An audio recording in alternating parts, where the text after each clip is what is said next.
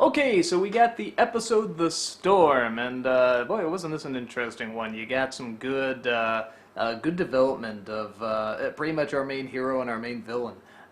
You go into the backstory of both of them, and at first, it's funny because I'm watching it and I'm thinking to myself, why are they doing both at the same time? Each one should have, like, their own episode so they can really dive into it. But man, the way they tie these two together, the way they tie both stories together is so beautifully done and so nicely done. At first when I was watching it, I was saying, oh, this is way too repetitive. You know, they're gathered around the fire and they're telling the story, and then you cut to the Fire Nation, they're gathered around the fire telling a story. And when they're telling the stories, they actually both complement and offset each other perfectly, which was very smart and very clever. And even at the end, when you see the Avatar, he's flying away, he looks down and he sees Zuko, and they just exchange this look. And to them, it's like any other look, but now we know to us that they have this very large thing in common, that they both very much live in a world of, their core is massive regret over a mistake that they made. And both have gone to very different extremes. One has gone to the extreme of being so consumed by it that he runs away from it, and the other has gone to the extreme of being so consumed by it that he lets it run his life. He devotes everything he can to fix the problem, pretty much. And that's two very interesting sides of the coin, but it's still the same coin. So I thought this one was very nicely handled. And for those who don't know, well, okay, you know, but this is the one where Aang tells his backstory about when he was with the monks, why he left, and that is what happened. He left. He wasn't sent away.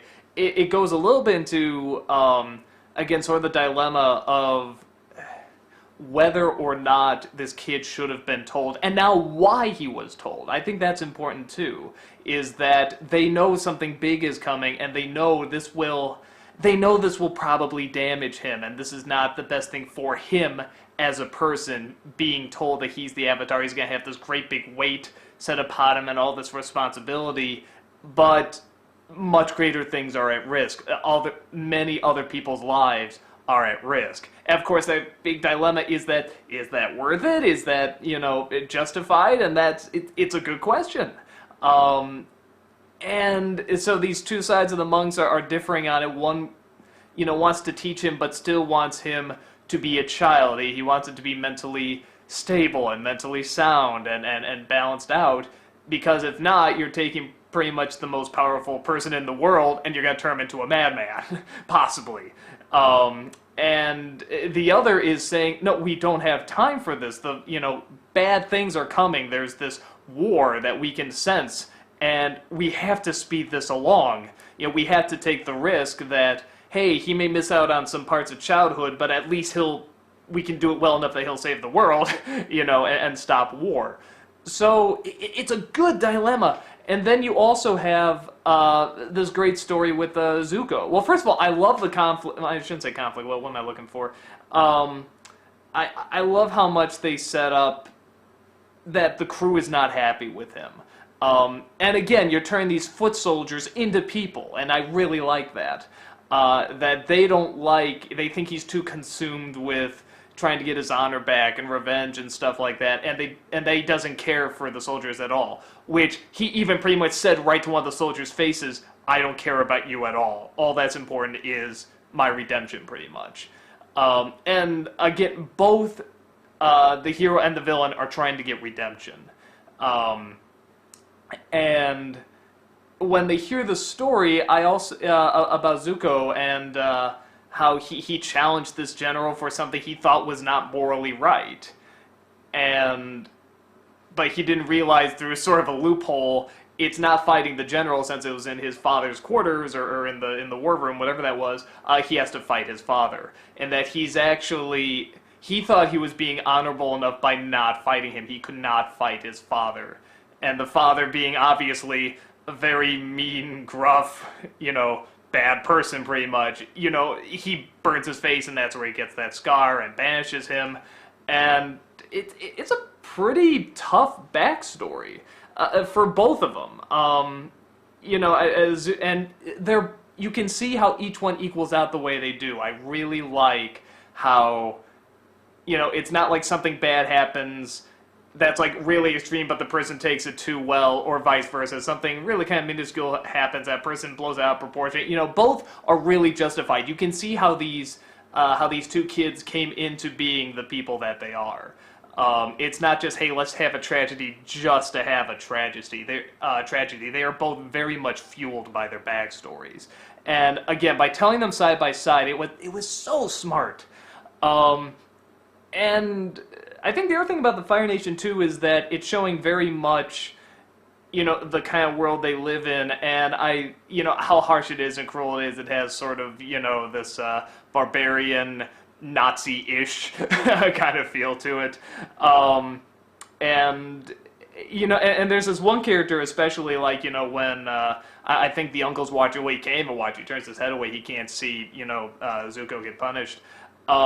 And there's this one girl in the front, it looks like they're going to make her a character. I'd be shocked if they didn't, because she's way too well designed. There's too much detail on this girl, but she just has like this look, like this evil little smile, and she's clenching her fist, and it's like, dude, she looks like she's 13 or something like that. She's already, yeah, kill him, you know. And it's just interesting seeing how, like, you know, everyone's sort of in this realm, or at least in the higher ups at least, are very much along these lines, and how they would sacrifice, you know, essentially the young soldiers to save, you know, or use them as a distraction to bring in the other soldiers to attack. It gives a great background to where Zuko is coming from, and that actually something that was very honorable, they see as very weak.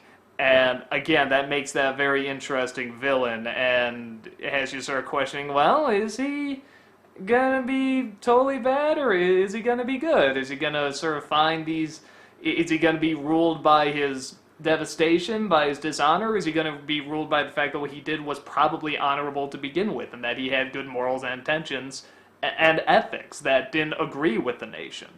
So all that stuff is wonderful.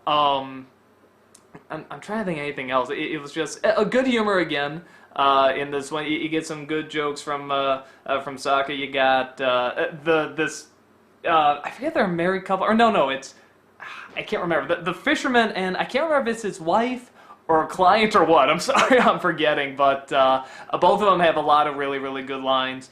And for whatever reason, what I really take out of this episode is just the look that Aang and Zuko give each other. And Zuko's even far away, but it's like and it's not for very long. It's just for like maybe a second, but they take the time to really focus on these looks of, you know, just Zuko with his anger and Aang with his sort of wide-eyed innocence. But they both look very just confused and lost. They look very lost, and you could see there was just a connection there, whether they realized there was a connection there or not. But you know, we know there is.